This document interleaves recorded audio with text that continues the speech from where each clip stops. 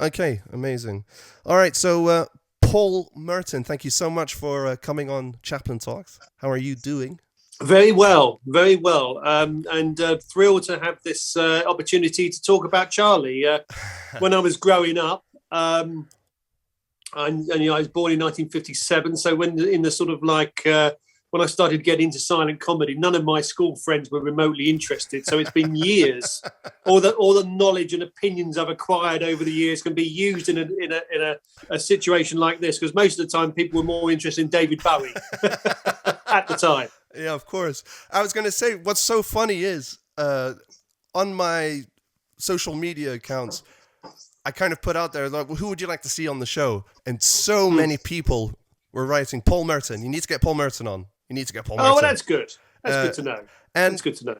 Me, obviously growing up in Switzerland and going to school in England as well, when I was in school, I used to actually see you on TV. So I knew you from TV and I knew who you were. Oh, right. Okay.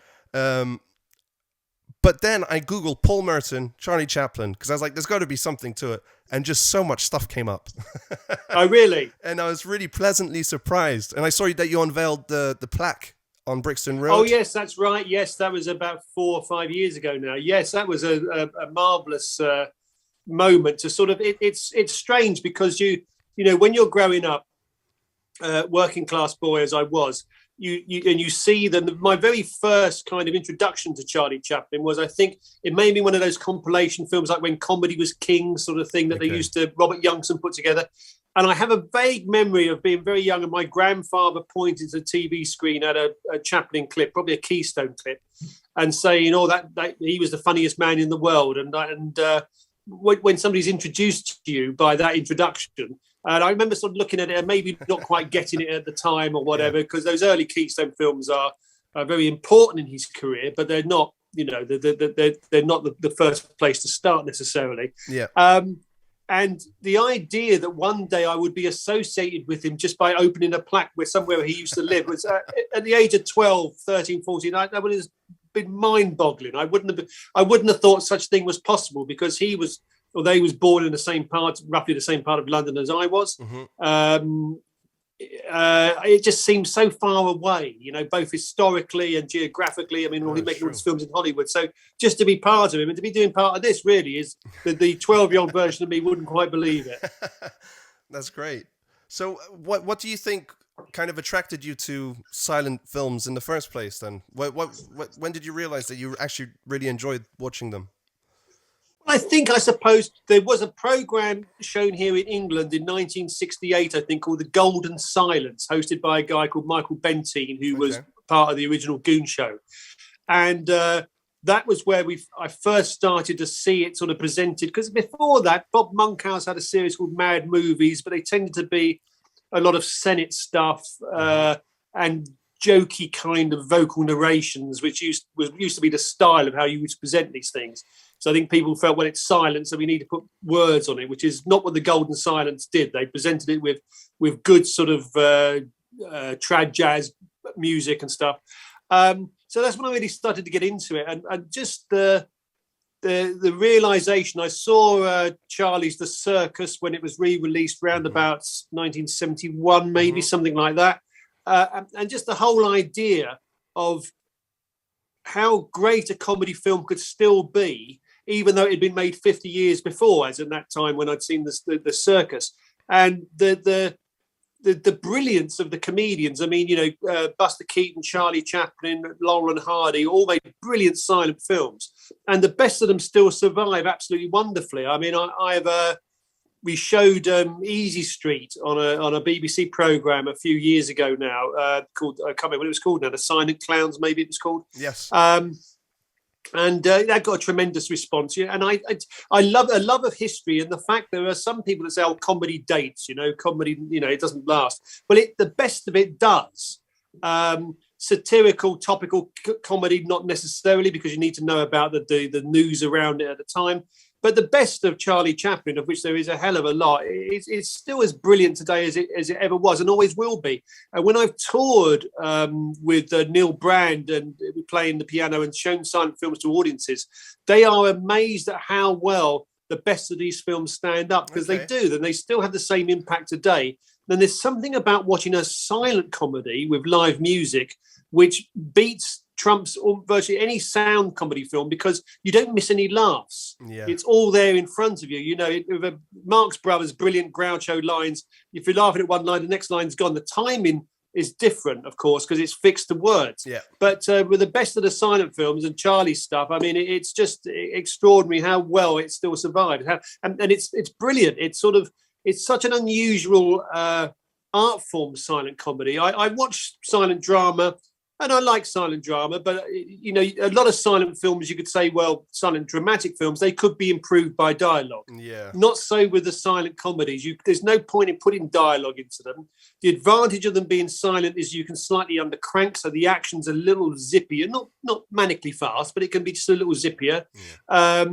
The fact that people throughout the world could watch this stuff, and as you'll know, your grandfather, by the time, you know, the 1915, 1916, he was the most famous man in the world. Yeah. You could see him, you know, just change the title cards into whatever, Russian, Chinese, or whatever, and it was universally known. And that's, I mean, that's never going to happen again. It can happen with music, and it happened with the Beatles, but in terms of film comedy, those really were sort of very special days. And I think also as well that, given three major comedians of the time, Harold Lloyd, Charlie Chaplin, Buster Keaton, all making films together throughout the 1920s, inspiring each other. The scene in The Gold Rush that starts off with Charlie along the ledge with the bear behind him, and it's kind of slightly inspired by Safety Last and the climb up the side of the building, where Harold Lloyd showed that thrill comedy was really a really huge element in silent comedy. And of course, you have the famous tightrope scene in the circus as well. So they were inspiring each other. And there's never been another era in film history where three major comedians have been inspiring each other to get better and better. And Charlie, of course, was the leader in this, the pioneer. And I often think that Buster Keaton, there's a quote from him saying that he thought that the Gold Rush was the most perfect motion picture ever made. Right. And I always felt that inspired him to make The General, because he went back into history as well, the way that Charlie had. So each of them's inspiring the other one to do really good work. Yeah, no, absolutely. That's a long answer to a short question. No, it's a great answer. But it's true. If you think about someone like Buster Keaton, I haven't watched as much Buster Keaton as my grandfather's films, but just seeing some of the stunts they used to do back then as well. When you see him with a train, there's a whole scene of the train, or when the building falls down and he's standing in the perfect place and he just goes through the door. It's just unbelievable what they used to do. I think we've now got to a much more sort of sensible space, because there was a time in the 60s when Buster's films were being rediscovered because they'd disappeared for a long time, where people were trying to sort of create an artificial rivalry between him and Charlie. Like, you had to like one or the other, which was ridiculous. I mean, they are both brilliant in their own way. Absolutely. You know, you don't have to choose between Haydn or Mozart. You know, you don't have to like one and denigrate the other one because of that. Yeah. I think we're so fortunate to have both of them, and the fact that and this is the great thing in the era that we live now in DVDs and Blu-ray and stuff, is that when I was collecting these films on home movies, I had a copy of The Immigrant and I had a copy of Easy Street on 8mm, you know, film about that wide. Yeah. And when I look back on the picture quality then, it was pretty poor. You know, you're projecting it onto a sheet on your wall.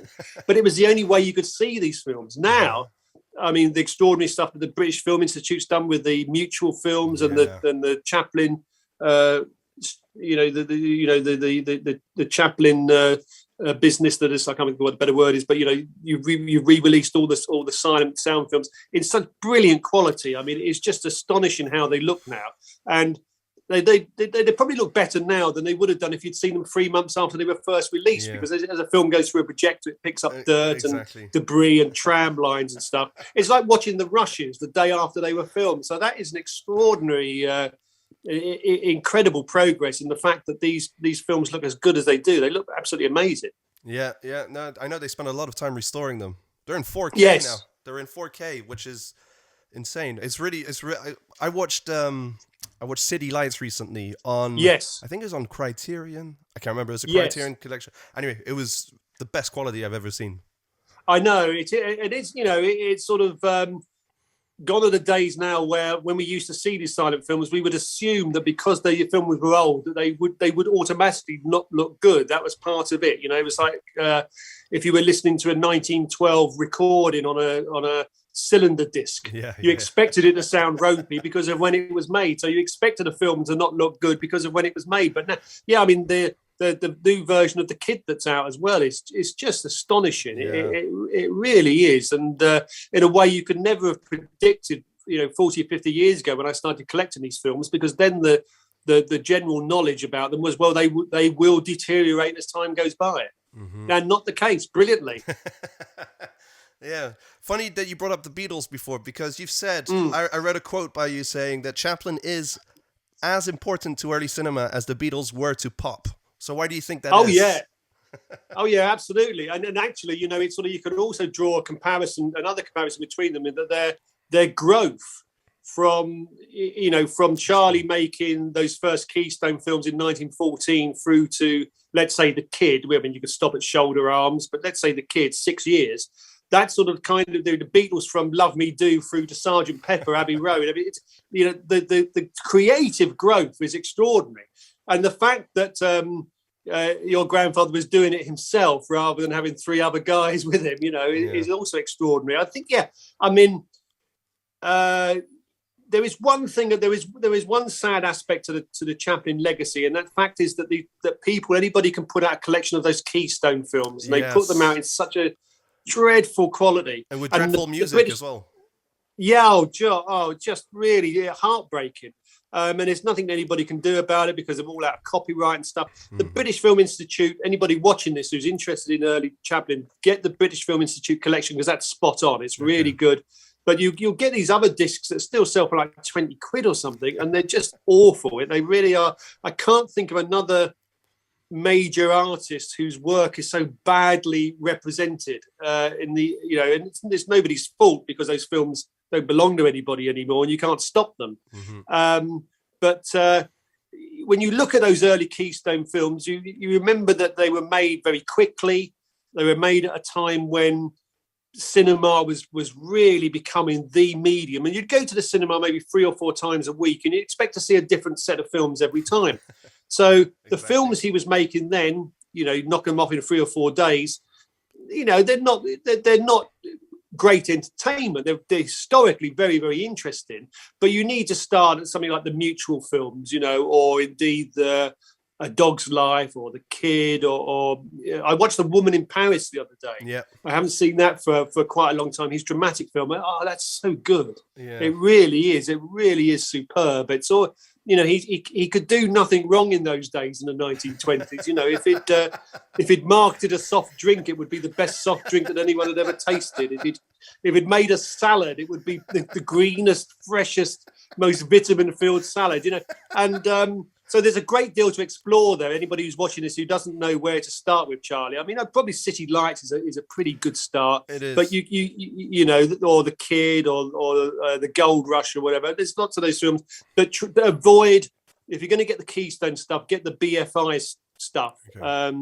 Because that's the only ones that's worth watching. The rest of them are very disappointing because the picture quality, and as you say, and one of the music is just 1930s jazz records, and one of them has even got an announcement of somebody saying, "Are you ready, everybody? Let's dance." It's got nothing to do with the film. It's God, that's terrible. So that word of warning aside, I mean, there is such a treasure trove of stuff to be discovered by people who haven't delved deeply into it. You've used elements of silent cinema sort of in your stand-up shows by changing music to scenes. I read. Oh yes, no, there was. Yeah, that's not the stand-up shows, but when I was touring with Neil Brand, who's done a lot of documentaries recently on the BBC about musicals and music and television stuff,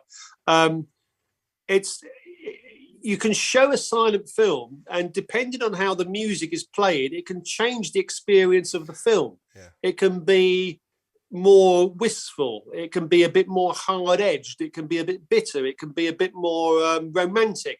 Because in the hands of a skilled practitioner like Neil, it's really amazing, because the film is obviously not static, but the film is fixed, it's set, it can't change, the film can't change, but the accompaniment can change it, and that changes the nature of the film. I made a very short film about 20 years ago called The Suicidal Dog, and we did a silent version of it, which Neil, only a 10-minute film. Okay. So I showed that occasionally.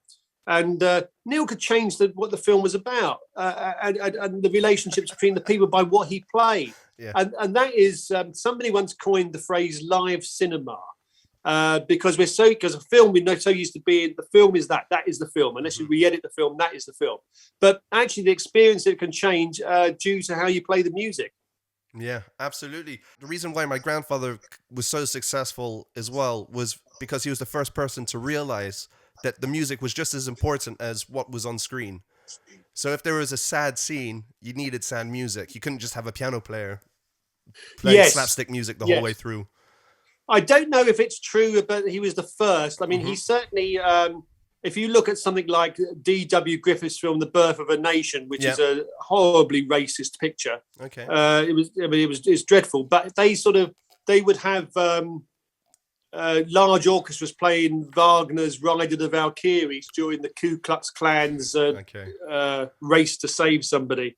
He couldn't be more awful, really. Okay, but they did always realise the importance of music. But I think he was certainly the first to. I don't think there was anybody else. There was no other filmmaker that was composing their own music for their films. True. So City Lights was the first that he did.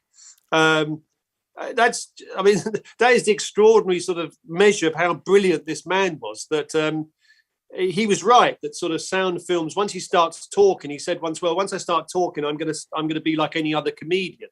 Which is, he was going to be better than that. But his special skill in pantomime, in being able to convey emotions. That famous moment in the Tramp, where we see him walk away from the screen, and how he sort of is downhearted.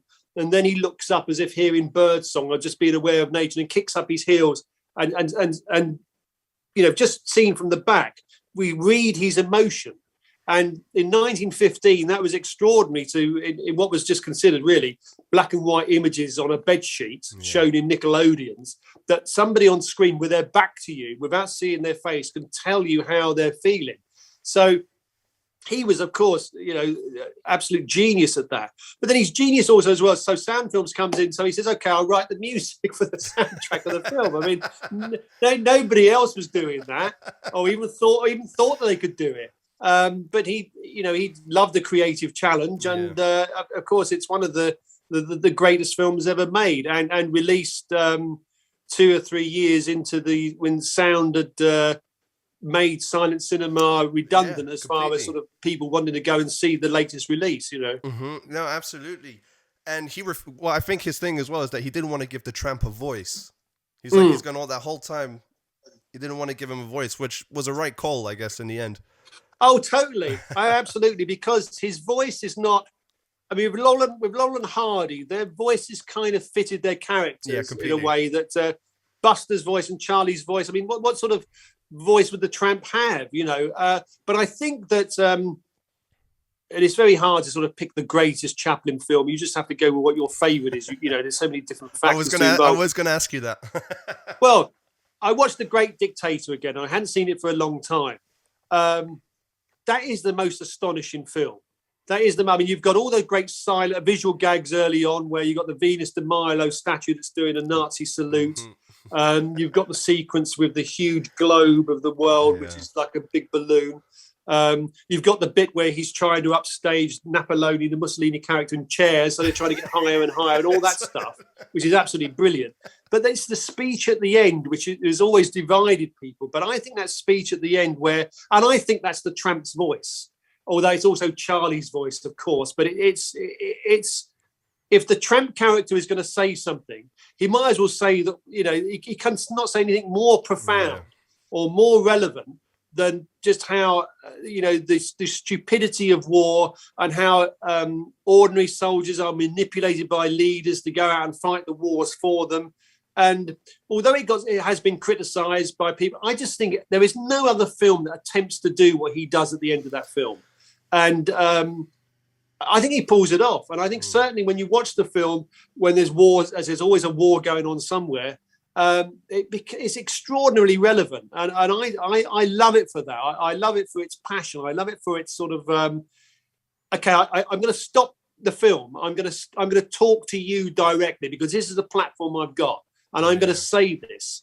It's just astonishing. No other film attempts to do anything like that, and for me, although there are other films I'll always be very fond of, but I think that is a real coup at the end of that film. That speech is just extraordinary, and I find it emotional whenever I see it. It has an emotional effect on me, and it's such a brave, bold, extraordinary step to take, and he pulls it off. I think it's just absolutely brilliant. So that would be my favourite film. Yeah. I'm sorry, but I don't want to be an emperor. That's not my business. I don't want to rule or conquer anyone. I should like to help everyone if possible. Jew, Gentile, black man, white. We all want to help one another. Human beings are like that. We want to live by each other's happiness, not by each other's misery. We don't want to hate and despise one another. In this world, there's room for everyone, and the good earth is rich and can provide for everyone. The way of life can be free and beautiful, but we have lost the way. Greed has poisoned men's souls, has barricaded the world with hate, has goose-stepped us into misery and bloodshed. We have developed speed, but we have shut ourselves in. Machinery that gives abundance has left us in want. Our knowledge has made us cynical, our cleverness hard and unkind. We think too much and feel too little. More than machinery, we need humanity. More than cleverness, we need kindness and gentleness. Without these qualities, life will be violent and all will be lost. The aeroplane and the radio have brought us closer together. The very nature of these inventions cries out for the goodness in men, cries out for universal brotherhood, for the unity of us all. Even now, my voice is reaching millions throughout the world. Millions of despairing men, women, and little children, victims of a system that makes men torture and imprison innocent people. To those who can hear me, I say, do not despair. The misery that is now upon us is but the passing of greed, the bitterness of men who fear the way of human progress. The hate of men will pass and dictators die, and the power they took from the people will return to the people. And so long as men die, liberty will never perish. Soldiers, don't give yourselves to brutes, men who despise you, enslave you, who regiment your lives, tell you what to do, what to think, and what to feel, who drill you, diet you, treat you like cattle, use you as cannon fodder. Don't give yourselves to these unnatural men with machine minds and machine hearts. You are not machines, you are not cattle, you are men. You have the love of humanity in your hearts. You don't hate, only the unloved hate, the unloved and the unnatural. Soldiers, don't fight for slavery, fight for liberty. In the 17th chapter of St. Luke it is written, the kingdom of God is within man, not one man nor a group of men, but in all men, in you. You, the people, have the power to create machines, the power to create happiness. You, the people, have the power to make this life free and beautiful, to make this life a wonderful adventure. Then in the name of democracy, let us use that power. Let us all unite. Let us fight for a new world, a decent world, that will give men a chance to work, that will give youth a future and old age a security. By the promise of these things, brutes have risen to power, but they lie. They do not fulfill that promise. They never will. Dictators free themselves, but they enslave the people. Now let us fight to fulfill that promise. Let us fight to free the world, to do away with national barriers, to do away with greed, with hate and intolerance. Let us fight for a world of reason, a world where science and progress will lead to all men's happiness. Soldiers, in the name of democracy, let us all unite! It was so bold of him to even just speak out at a time where people were quite supportive. Maybe he's quite supportive of the Nazis, but I know eventually they didn't want to affect they didn't want to affect film sales in Germany. Yeah. They didn't want to upset there's a lot of appeasement going on at the time. The British government, there's a quote from Winston Churchill. There's something like, the policy of appeasement is essentially you want to keep feeding the tiger, hoping that he'll eat you last. Yeah. Oh, yeah. No, so... But your grandfather, was sorry to cut it, was always made bold choices. Shoulder Arms. Yeah, no, completely. A film about the First World War. The Immigrant. While the World War was still going on. Yeah. And I've just been reading the book just about that period, and everybody was saying to him, "Look, this is mad. You don't want to, don't do this." But it turned out to be a huge massive success, so it's he was always one for taking a creative risk when he believed that he was right. Yeah. I mean, it came back to bite him in the end because he got blacklisted from America, I guess. But well, yes, because the whole political thing shifted, didn't it? So suddenly, if when Russia was America's ally in the Second World War, and you could address a meeting, I think he did a radio broadcast where he says "Hello, comrades" or "Dear comrades" or something exactly. to Russia, and that was used against him. But then a lot of people were, as America shifted drastically to the right, there was a lot of people whose careers were ruined, and he was, the way that America sort of treated him, or the American establishment, was shameful. And I was just reading this book, just talking about the early days around about Shoulder Arms, the amount of money that he raised during the war bonds thing, millions upon millions of dollars. You couldn't question his patriotism towards America. So it was a strange time. It was a very strange time, and I suppose, but for him, though, from what I understand and looking at it, and a lot of the old Hollywood had gone by the early 50s. So, Douglas Fairbanks, his good friend, had gone. Yeah. The industry had changed a great deal. So maybe, I don't know how bad he felt about leaving there in the end. You might know more about it than I did. I mean, obviously, it was a real... he managed to get all his money out of America and stuff. And there was that kind of thing in 1972 where they invited him back for the special Oscar and stuff. But what a strange thing. What a strange thing to happen to you, considering how popular you had been, to be because the politics had shifted so much that said now, instead of being suddenly it was a bad thing to be a liberal. It was a bad thing to be a citizen of the world, as he called himself. Yes. Yeah, completely. My dad always said that he was extremely hurt by that whole situation. Was he? Yeah, very hurt, and he didn't like talking about it much or anything. He said on a couple of occasions that if he'd stayed in England, he would have been, he would have been a good musical, not good, he would have been a brilliant musical actor. But he wouldn't have been able to get into films necessarily. And America, for all its faults, doesn't really have a class system in well, it does. I suppose it does. There are various ways that different people are treated. But over there, it's like, what can you do? And it doesn't matter where you're from necessarily. That's the American dream anyway. And so he owed everything initially to America through the whole film career, which he had a chance. So I can see why he was, very fond of America, and I hear that what you're saying about him being hurt by that. Of course, I suppose he would have been, yes. So it was a great thing to be able to. It's a happy ending to a very sad latter part of his life, I suppose. Yeah, my dad says there's three. He always explains to people that my grandfather had 3 chapters in his life. He had the growing up in London, the very hard upbringing. Then you had the second part of his life, which was America. And then the third part, which was his exile in Switzerland. Yes, but yes. He said, as bad as everything was before that, and he moved to Switzerland and everything, he ended up being so happy because he had his family, he had his wife.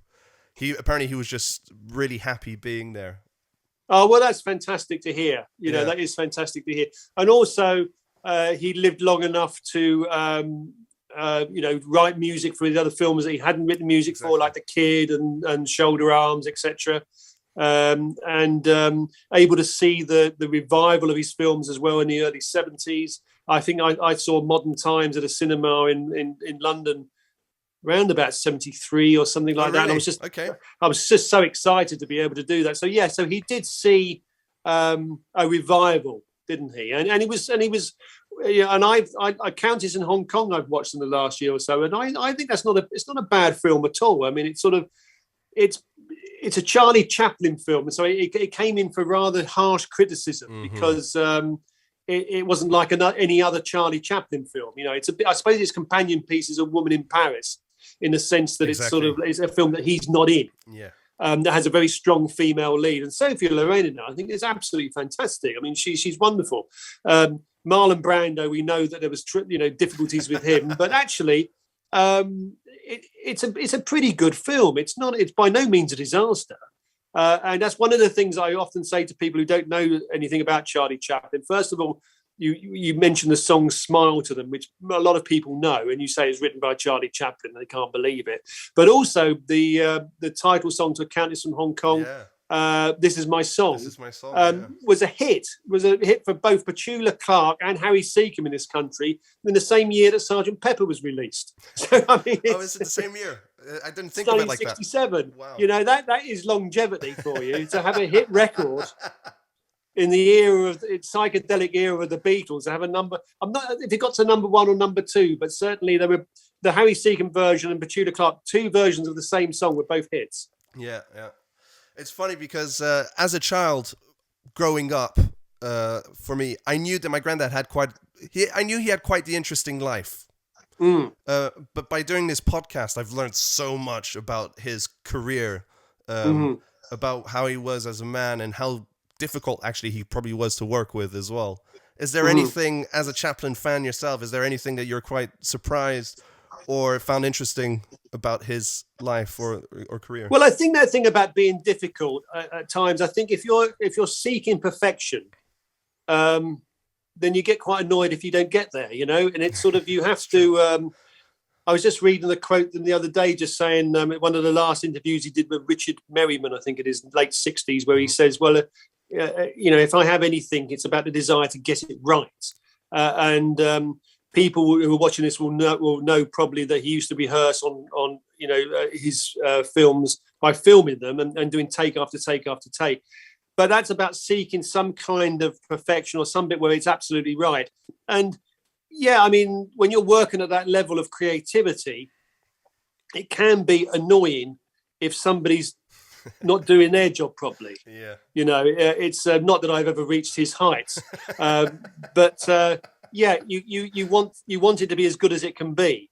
And the proof of that, of the pudding in that particular strategy, is that these films still work. You know, they're not museum pieces. So yeah, I mean, I don't know I've seen anything. There is a view because of, as you say, he was bitter about the exile from America, and when he wrote his autobiography, that was a few years after he had gone through that. And the first part of the biography is always hugely praised, and the second part is sometimes criticised because he doesn't mention people like Stan Laurel, who he toured with in America and stuff. But nobody ever says that. Well, first of all, when I was writing a book about silent comedy a long time ago, I came across a Peter Bogdanovich interview where he interviewed Leo McCarey, who did a lot of the early Laurel Hardy silent shorts. Okay. And Leo McCarey talks about getting a letter from Charlie Chaplin praising him on the Laurel Hardy silent shorts, saying how good they were. Okay. In the Laurel Hardy biography written in the mid-50s, Stan Laurel attacks the speech at the end of The Great Dictator, saying it's lousy. So Charlie would be aware of these things, no doubt. He would be interested in reading the biography of Stan Laurel, perhaps. So nobody ever really, I've never seen anybody saying that perhaps he felt slighted, perhaps he felt angry about Stan saying, well, you know, the film's lousy. The end of the film is lousy. When, particularly if you feel so passionate about it, and you devote all your time and energy to making something like that, then yeah, you would be annoyed, you would be angry. So I think in many ways that criticism, he doesn't acknowledge his contemporaries, should be seen through the prism of, well, this was written by a man who 8 years before had been exiled from America, as you say. So there would be bitterness there, of course. Other comedians, I mean, Buster Keaton said stuff. I think his politics and Charlie's politics, I think, would be far apart. And Buster said a few anti-Charlie things in the 50s as well. Not too strong, but there's a couple of Keaton interviews where he's interviewed just after filming Limelight, and nobody talks to him about Limelight, and I always find that odd. That is strange. Okay. Yeah, so Charlie's reluctance to talk about other people must be seen through the understanding and the circumstances of when the book was written, I think. Okay. Yeah, I see what you mean. Yeah, mind you, the scene that Buster Keaton and my grandfather do at the end of Limelight is just, it's one of my favorite scenes that I've seen Yes. my grandfather's Well, films. can I just say my heart leaps with joy when you say between Buster and my grandfather. 'Cause I can't quite believe that I'm talking to somebody who has his DNA. It is extraordinary. Yeah, I mean it is. It's wonderful. And that again this would be a good place to scotch this room because occasionally it does come up again. Is that Raymond Rohar, who was Keaton's business manager, who was a bit of a rogue, did very well in getting Keaton's films together and making new prints, but he put around the rumour the completely wrong idea that Charlie had cut out Buster's best bits from the film, which was not the case at all. Okay. Well, firstly, it's not a film about a pianist, Yeah, exactly. And not at all. And I heard a story which hasn't been so well put around. So it's not the case. Charlie didn't cut Buster's best stuff at all. He didn't do it. And if you look at the film, Keaton's performance is very sympathetically edited. A bit when he's playing the piano and the music sheets are coming off, it's very sympathetically done. There's no way he's trying to make Buster look lesser than he is. But a film historian, acquaintance of mine, told me that there was somebody who was an eyewitness to that filming of that sequence. And as Buster was doing a bit of falling off the piano stool, the revolving piano stool, Charlie was beside the camera and he whispered to somebody else. He said, look, you can't teach somebody how to do this. This is just absolutely brilliant. It's just innate. So he was a huge fan of Keaton. He didn't sort of try and ruin his performance in the film, but that was put around by Rohar at the time to boost Buster Keaton, so perhaps I shouldn't have mentioned it because maybe people don't even know the rumor anymore. So Start the rumor just again. kill it, but it's not true anyway, But it's brilliant. It's superb to see those two giants of screen comedy working together in a and also the fact that's great about it is originally I think it was scheduled to shoot it over the course of 3 days, but they ended up rehearsing for about 9 or 10. Did they? So they just loved work. They must have just loved working together. It must have been a dream. It must have been a dream. I know that. Doesn't he say my grandfather say in his autobiography that he heard that Buster Keaton was going through divorce at the time or something, so he insisted that he gets the role for that part. Well, he said that he'd heard that Buster was going for a bad time. He wasn't divorced at that point. Buster been married since his last wife successfully, a bit like your grandfather. The last marriage was one that lasted, 1941, 42, I think Buster got married. So he was very happily married. But what was I going to say? I was going to say something there. He says something like I think when they meet up, Charlie says, what have you been doing? And Charlie says something derogatory about television, and Buster says, I've been doing television, something like that. But this hasn't been in any of the books, but I would imagine that Sunset Boulevard, the film 1950, Sunset Boulevard, which Buster appears in very briefly, and in which Gloria Swanson does an impression of Charlie Chaplin. I would have thought Charlie would have been aware of that film, certainly would have been aware of it. So he may have been aware of Buster before I think somebody did suggest it as an idea. And of course he leapt at it because he was, this is a double act. So you want to have somebody who's an equal on-screen partner to yourself. And it's a glorious moment in the film. It is wonderful. Yeah, no, completely. And I'll tell you, because I'm sure you're dying to know what my favorite film is. Yes, no, do tell me. No, Monsieur Verdoux.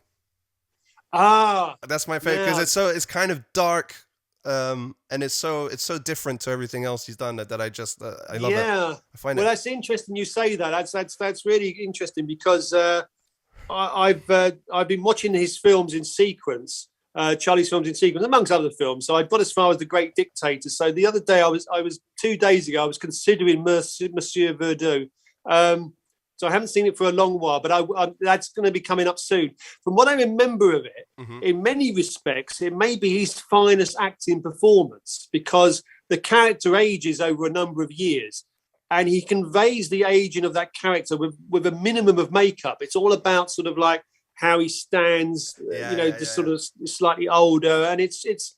It's interesting. You think that's your favorite. That's good because it has sort of been, as you know, when it was first released, it got a very sort of patchy kind of appreciation because it was so different, and it's not what you expect from a Charlie Chaplin film. And it was, it had 30 years of The Tramp, and now he's doing something totally different. I can't wait to get back to that actually, because I think that's not a bad decision. That's not a bad decision on your part. Yeah, there's also a great speech in it as well, towards the end. Yes. As well. So yes, the thing about nuclear weapons, Exactly. Numbers sanctify. Exactly. Yes. Yeah.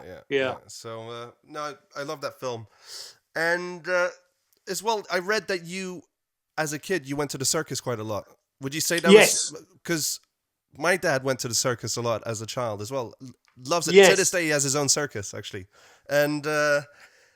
So what do you think that was sort of what paved your career, so to speak, into totally. comedy? Absolutely, 100%. My parents used to take me to church, and so I went to a building indoors where there was lots of people, and there was still just the last vestiges of the Latin Mass. So I'm, as a small child, 4-year-old, don't really know what's going on. It's all a bit boring to me as a 4-year-old. Then I go to the circus, another indoor building full of people. And when the clowns came out and created this, and this was at Olympia, I always call it Olympia, when after the Second World War, so I went at probably about 62, something like that, 1963. After the Second World War, circuses were very, very popular in Britain for a long time. And so there was well over 1,000 people in this huge arena. And just the sound of the clowns' laughter, Okay. compared to church, it was extraordinary. When it was all the tricks of, like, a bucket of water comes out, it's thrown over one of the clowns, then another bucket is produced and it's thrown towards the audience, but it's got confetti in it instead of water, and the front row is all going like that. The car that comes out and the doors fall off and there's a sort of backfire thing, or somebody lassos somebody else with a string of sausages. Okay. I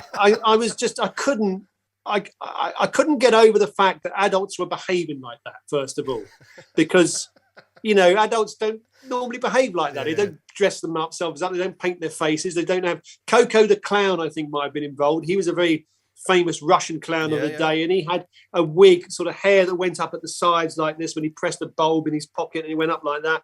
I persuaded my mother to buy me a clown mask, which was made of sharp plastic, so it was all cut in it. So I wore it at home, and the cuts, making my face sore. But I'm sure there's a psychological depth to this. The clown mask that hurts, but I just loved it. You looked in the mirror, and it wasn't you; it was somebody else. Yeah. And I just at that moment of seeing these clowns laugh, making people laugh, I wanted to be part of what they did. Even if it was just bringing a chair out to put down for one of them, or to take away a bucket. Or just, I wanted to be part of the whole activity that created this incredible response in people. And it was from that moment on. If I hadn't have become successful as a comedy performer, I might have become a director of comedy, because a couple of times I've directed stage shows or directed a film. I loved it. I loved doing that. I loved sort of stepping back from, away from being in front of the camera or on the stage and helping to shape something or encouraging a performance this way or that. And so that was fascinating to do that. But yes, it was the clowns. It was just, that was that one moment where I left that circus a different boy from the one that had entered. Mm-hmm. Yeah. That's nice. Yeah, my dad absolutely loves the circus. It's ingrained in him. Yes. He travels the world just to see different shows. Which one of the children is your dad? Eugene. Oh, right. Okay. Yeah. He's the middle child. First one born in Switzerland. Right. Yes. Yeah. And did he still live there in the house? No. So he lived he lived in the house right up until pretty much it became a museum. Up until a few years before they started building.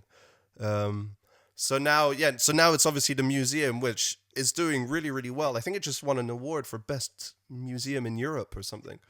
So. Oh, right. So it's doing really, really well.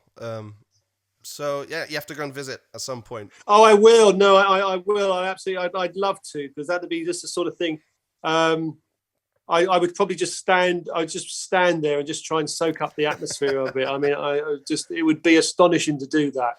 And I will. I will. It's always been on my list to do.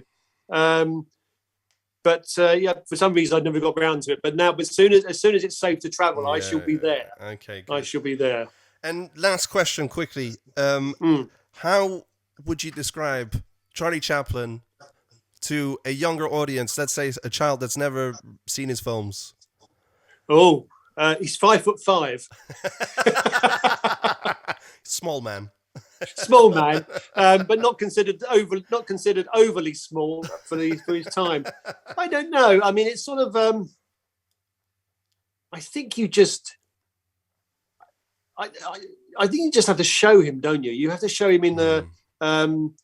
Maybe I talked about the Keystone films earlier, not being particularly his best work, because they're not. But they're that. But perhaps the most interesting film in the Keystone collection is the first one that we see him as the Tramp Kid Auto Races at Venice. Yeah, because that has. I mean, A, the print quality is just astonishingly good.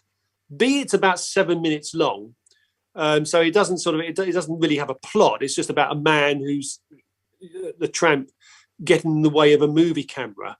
But what's also really interesting is the documentary feel to it, is because at this point, nobody had ever seen the tramp on screen amongst all the spectators there. So they're just looking at him like, well, who's that bloke?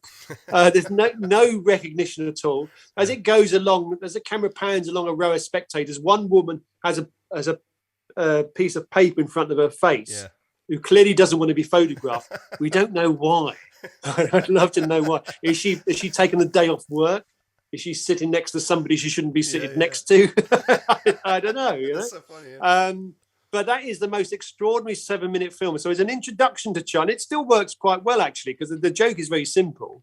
Although the relationship between him and the director, Henry Lehrman, was quite fraught, and you can see a couple of times when Henry Lehrman pushes him over. It's not a jokey push. It's a real push. It's a push of anger. Yeah. And Charlie gets up, and it's sort of you can see him being angry in return. But it's I mean, how would you explain? I think you just sort of. I think you just have to show them. You have to sort of sit down and show them, because kids have always, these early fans were children, weren't they? Because kids love adults being anarchic, because it turns around the norm, a bit like the clowns thing. We, as young children, we expect adults to say, "Now eat that. No, you can't go out. It's raining. It's time to go to bed," and all the rules and all that sort of stuff. And suddenly, here's a guy who's going around kicking people up the arse with with very little provocation. Yeah. So I think it's I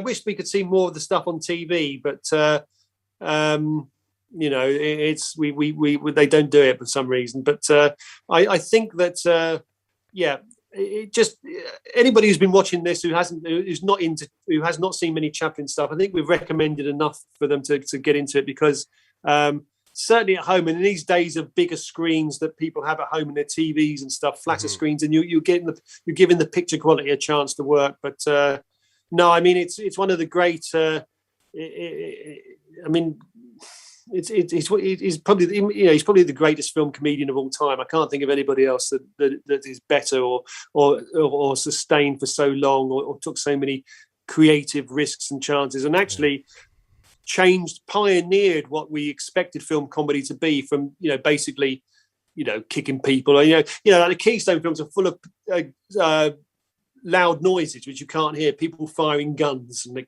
stuff, and explosions and things. But he took it from that, within the space of a few years, into a major, extraordinary art form that still continues today and always will. So he's extraordinary. He is extraordinary. No, very well said. So thank you so much for coming on, Paul. That's okay. No worries. No, it's been a great pleasure to talk to you, and I know people are going to be very excited to watch this. So I can't thank you enough. Oh, good. Well, Spencer, thank you very much indeed, and thank you for your time as well.